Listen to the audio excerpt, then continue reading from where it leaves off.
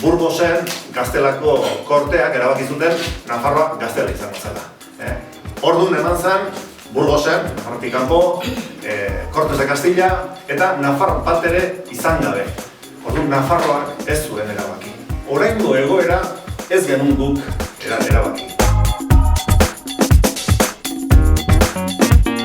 Goizeko behatzitarditan bilduko bera getzen, Salinas de Pamplonako plazan, eta handik igoko bera Barrenaren monumentura, eta goizeko 10etan emango diogu hasiera martxa berari.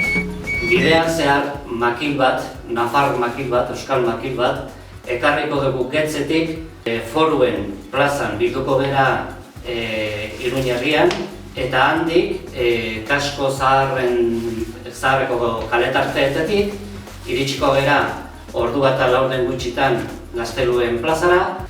Bukaeran Fredi Paiak egingo digu pregoia. Fredi Paia Algortako Nafarra da, Bizkaiko Nafarra da, eta da 2014ko Bizkaiko bertsolarien txapelduna.